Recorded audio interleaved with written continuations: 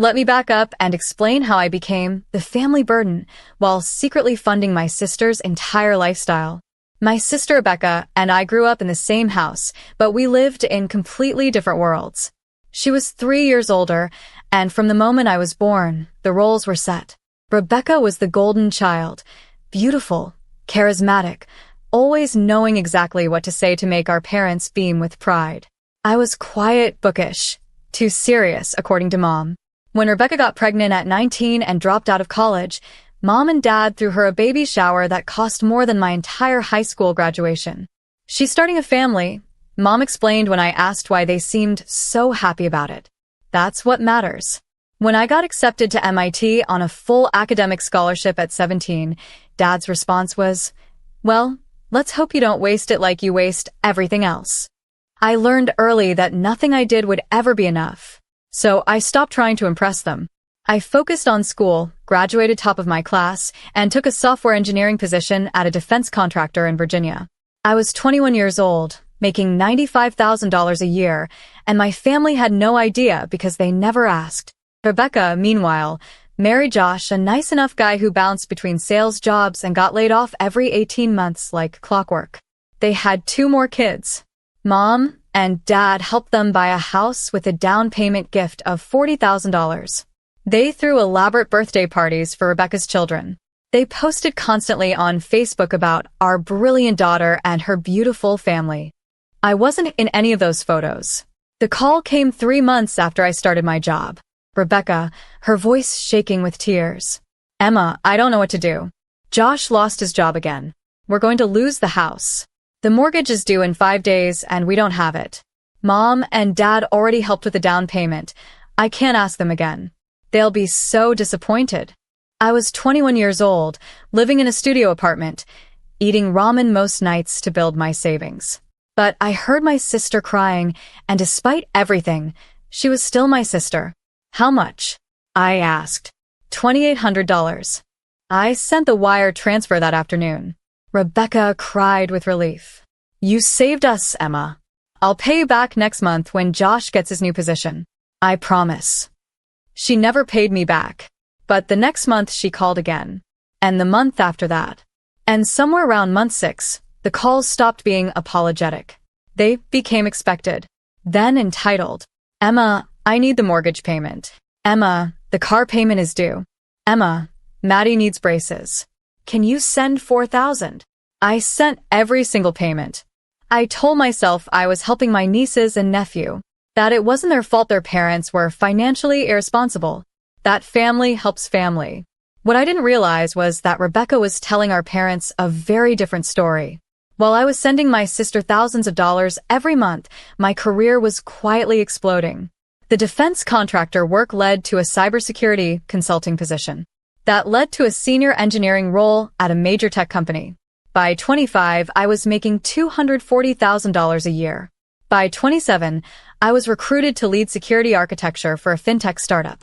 We went public when I was 28. My stock options were suddenly worth $3.7 million.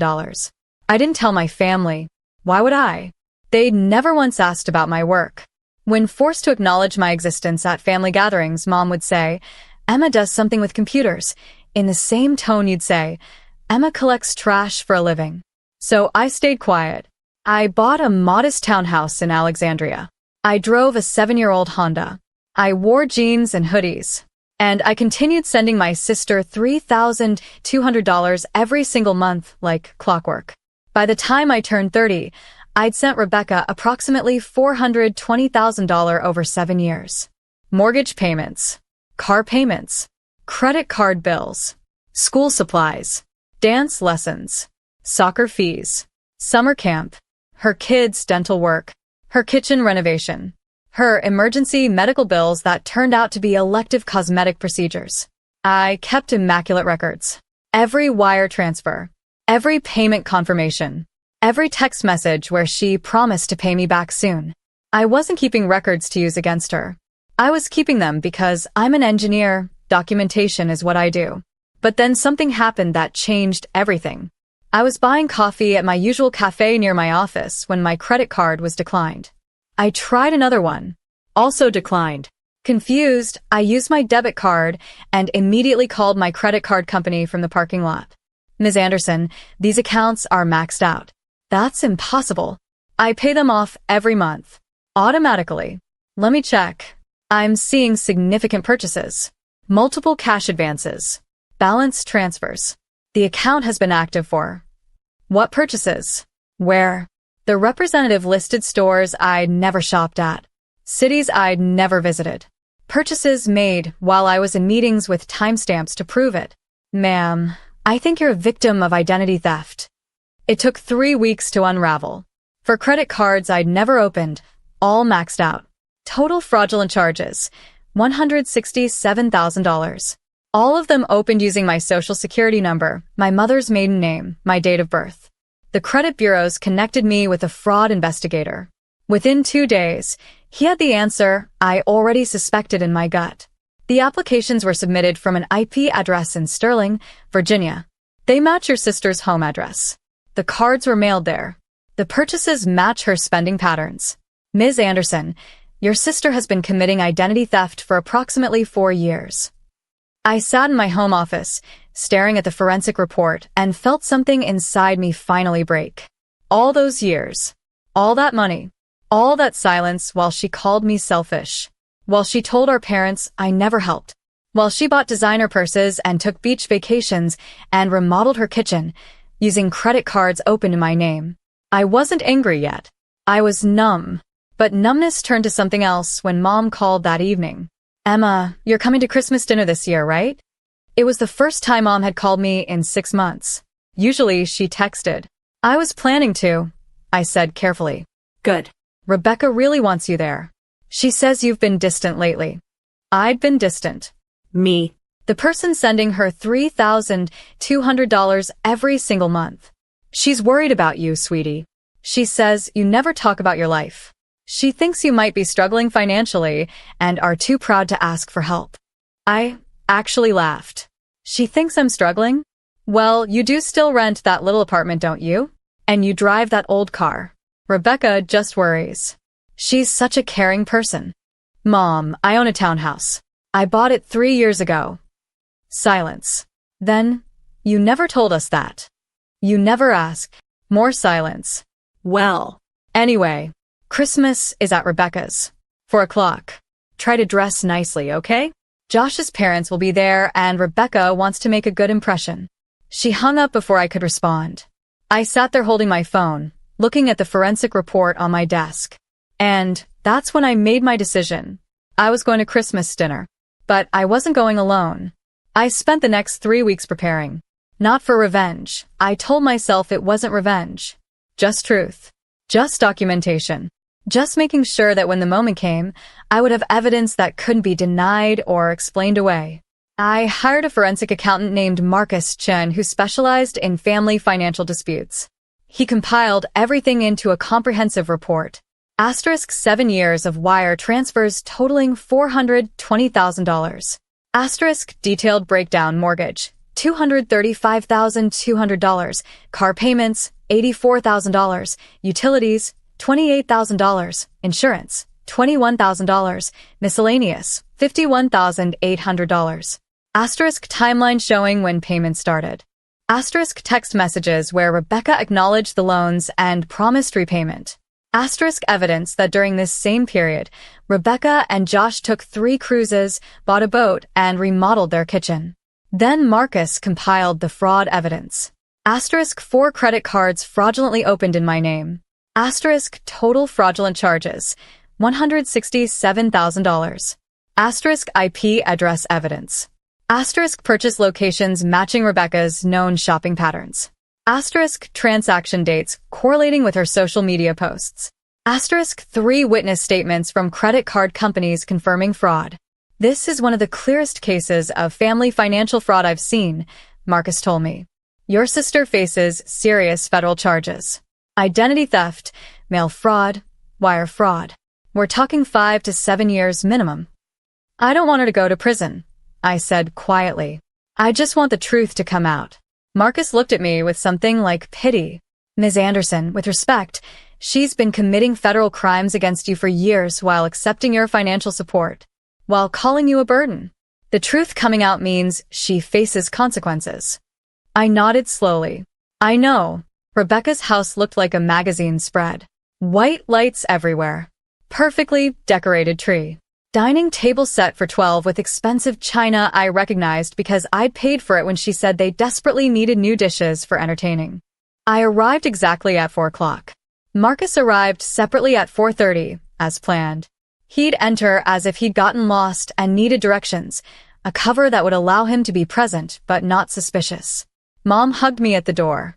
Emma, you're here. And you brought a briefcase? Just some documents I need to review later, I said casually. Rebecca swept into the foyer, looking stunning in a cashmere dress that probably cost $400. Emma, I'm so glad you came. She hugged me, and I felt sick. This woman had been robbing me for years. Dad was in the living room with Josh and Josh's parents. Everyone was drinking wine and laughing. The kids were upstairs playing video games. Emma does computers. I heard Mom explaining to Josh's mother. Some kind of IT thing. She's very focused on her career. The dinner itself was elaborate. Roasted turkey, 3 kinds of potatoes, homemade rolls, for different desserts. Rebecca glowed as everyone praised her cooking and her hosting skills. You're such an amazing homemaker, Josh's mother gushed. This house, these kids, this meal, you really have it all. Rebecca smiled modestly. We've been very blessed. I cut my turkey into smaller and smaller pieces. Then Rebecca stood up to make a toast. I just want to say, Rebecca began, wine glass raised, how grateful I am for this beautiful family. Josh's parents for being so wonderful. Mom and Dad for always supporting us. Josh for being an amazing provider and father. She looked directly at me. And I guess I should acknowledge Emma too. My little sister, who, well, we're glad she could take time from her busy life to join us. A few awkward chuckles. Rebecca continued, her voice taking on a pointed edge. You know, Emma, I've been meaning to talk to you. Mom and I are worried. You've been so distant lately. You never help with family events. You never offer to babysit. You never contribute to anything. My fork stopped halfway to my mouth. I mean, I know you're focused on your career and all, but family should come first. Don't you think? Dad nodded. Your sister's right, Emma. Family helps family. Rebecca and Josh do so much for everyone. You could learn from their generosity. I set down my fork carefully. Their generosity. Yes, Mom jumped in. Rebecca is always hosting holidays, always thinking of others. While you're very independent, which is fine, but sometimes it comes across as selfish. The word hung in the air. Selfish. I looked around the table. Josh's parents looked uncomfortable. Josh was staring at his plate. Rebecca was watching me with a small, satisfied smile. And that's when I heard it. The doorbell.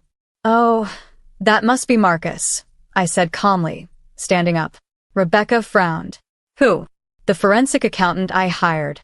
He has some documents to share with everyone. The room went completely silent.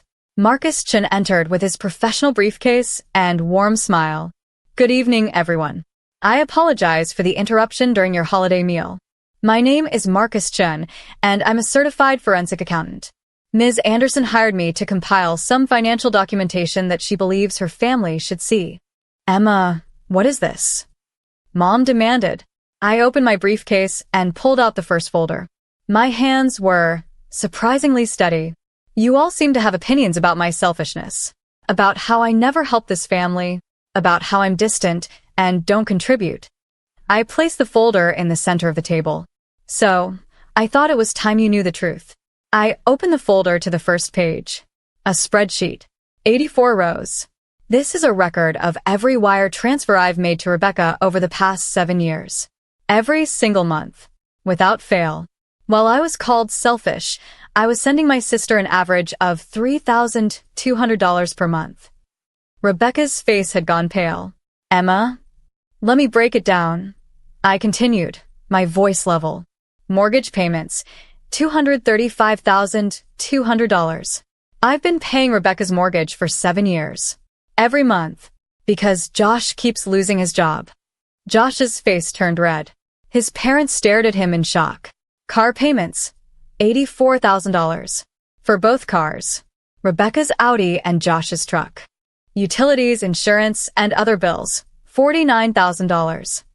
Children's expenses including tuition, sports, dance lessons, braces, and summer camp, $51,800. I looked directly at my sister. Total, $420,000. $420,000 over 7 years. Dad's mouth was hanging open. That's not possible. It's all documented, Marcus said smoothly, pulling out his own copies. Wire transfer confirmations, bank statements, text messages where Ms. Rebecca Anderson requested funds. I can provide copies to anyone who'd like to verify. Why didn't you tell us? Mom whispered. Because Rebecca asked me not to. She said you'd be disappointed in her and Josh. She said it was temporary. She said she'd pay me back. I smiled without humor. She never paid back a single dollar. Rebecca found her voice. I was going to. Things have been tight. Things have been tight. I pulled out my phone and pulled up her Instagram. Cruise photos from 8 months ago. You took a cruise to the Bahamas. You bought a boat. You remodeled your kitchen with granite countertops and custom cabinets. You needed it all on my money while calling me the family burden. The silence was deafening. Then Marcus cleared his throat. I'm afraid there's more. Marcus pulled out a second, thicker folder. During the course of my investigation, Ms. Anderson discovered some irregularities with her credit. She asked me to investigate. He spread out papers on the table. Credit card statements. Application forms. IP address logs. Over the past 4 years, someone has opened 4 credit cards in Ms. Anderson's name. These cards have been maxed out with purchases totaling $167,000. The applications were submitted from an IP address that traces to this address, 447 Maple Street, Sterling, Virginia. This address. Josh's mother gasped. Marcus continued in his professional tone. The fraudulent cards were used to purchase items including designer handbags, jewelry, furniture, and electronics. Many of these purchases can be cross-referenced with social media posts from Ms. Rebecca Anderson showing these exact items. He laid out photos. Rebecca's Instagram posts next to credit card statements.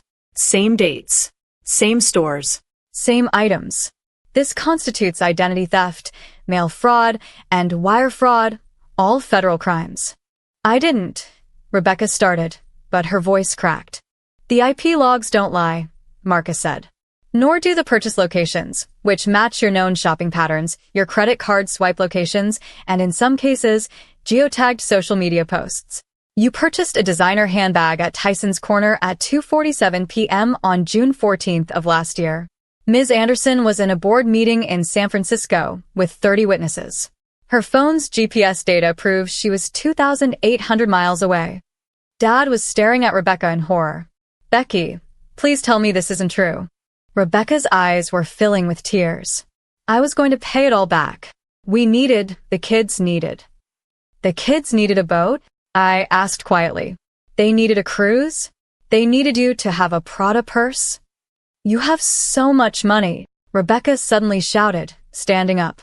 You work for some tech company making probably 6 figures, and you live in a tiny townhouse and drive a piece of crap car. You don't even use your money. You're just hoarding it while we struggle. I was giving it to you, I said. Every month. For 7 years. While you committed crimes using my identity. While you destroyed my credit score. While you called me selfish in front of our entire family. Mom was crying now. Emma, honey, we didn't know. You didn't know because you never asked. You assumed. You assumed I was struggling. You assumed I was distant and cold. You assumed Rebecca was the generous one because she hosts holidays with my money. You assumed I was the burden while I was carrying this entire family. I stood up and closed my briefcase. Marcus has filed all necessary paperwork with the credit bureaus to report the fraud. He's also prepared a criminal complaint to file with the FBI. The FBI? Rebecca's voice was barely a whisper. Identity theft is a federal crime, Ms. Anderson, Marcus said. We can file the complaint, or your sister can choose not to. That's her decision. Everyone looked at me. I looked at my sister. Really looked at her. I saw the woman who used to braid my hair when I was little, Who taught me how to ride a bike. who protected me from bullies in middle school. I also saw the woman who spent 7 years using me, stealing from me, and convincing our family I was the problem. I'm not filing the criminal complaint, I said finally. Rebecca's whole body sagged with relief. But I continued. I am ending all financial support immediately. No more mortgage payments. No more car payments. No more anything.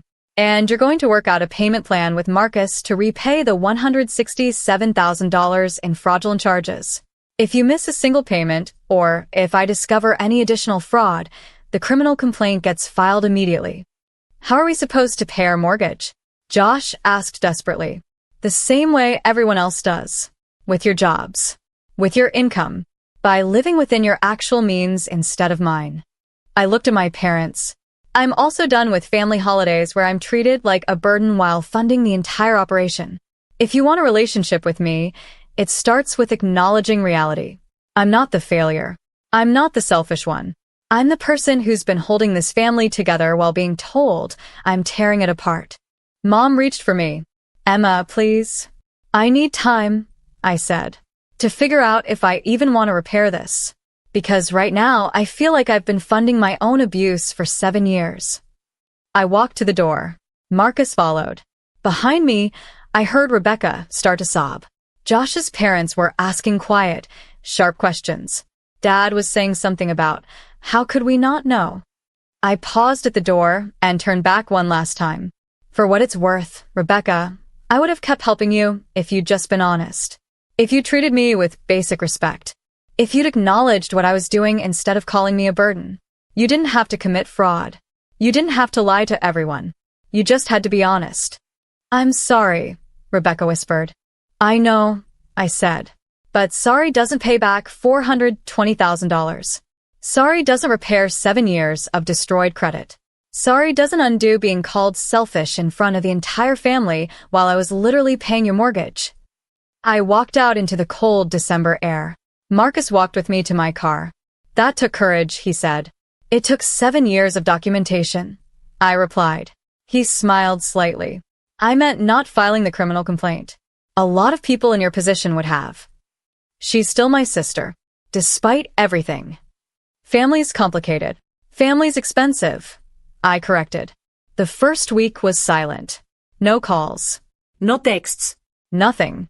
The second week, I got an email from Dad. Subject line. We owe you an apology. It was long.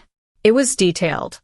It acknowledged every assumption they'd made, every dismissive comment, every time they'd praised Rebecca while ignoring me. He ended with, we failed you as parents. I don't know if you can forgive us, but I hope you'll let us try to do better. I didn't respond immediately. I needed time. Week 3, I got a text from Rebecca. I started working with Marcus on the payment plan. I got a job at a dental office. Josh is working 2 jobs. We're selling the boat. I'm so sorry, Emma, for everything. I responded, I hope it works out. Nothing more. I wasn't ready for more. By week 4, I got a surprising call. Josh's mother. Ms. Anderson? This is Patricia Wells. I wanted to thank you. I was confused. Thank me? My son has been coasting his entire adult life, blaming his job losses on everyone but himself, using your generosity as a cushion while never taking responsibility. You forcing them to face reality. It's the wake-up call they needed. Josh has been working harder these past 3 weeks than I've seen in years. So, thank you. Truly. After she hung up, I cried. Not sad tears. Not angry tears. Just release. It's been 6 months since that Christmas dinner. Here's where everything stands. Rebecca and Josh are making their payment plan work. Barely, but they're doing it. She's working full-time. He's keeping both his jobs. They sold the boat, the Audi, she drives a used Honda now, and most of the designer items she bought with my credit. They're living in a genuinely modest way for the first time in their marriage. They're keeping the house, but only because I agreed to one final thing. I converted their remaining mortgage into a loan to them at 3% interest, meaning they're paying me instead of the bank. Marcus handled all the paperwork. They've made every payment on time. I suspect the fear of losing the house to their sister is a powerful motivator. Mom and Dad have been trying, really trying. They call every week. They ask about my work. They sent flowers when my company won a major contract. Dad sent me an article about women in tech with a note. I'm proud of you. I should have said that years ago. I've had dinner with them twice.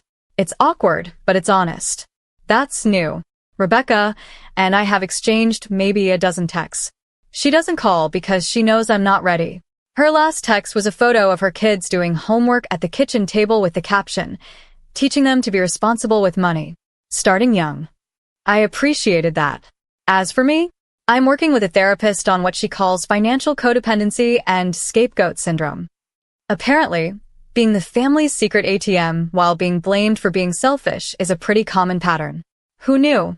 I'm also learning to spend money on myself. I bought a new car, a Tesla Model 3. I booked a trip to Japan. I'm renovating my townhouse. It feels strange, spending money on myself after years of sending it to my sister. But my therapist says it's healthy. You are funding her life while putting yours on hold, she explained. That's not generosity. That's self-erasure. She's probably right. Here's what I've learned.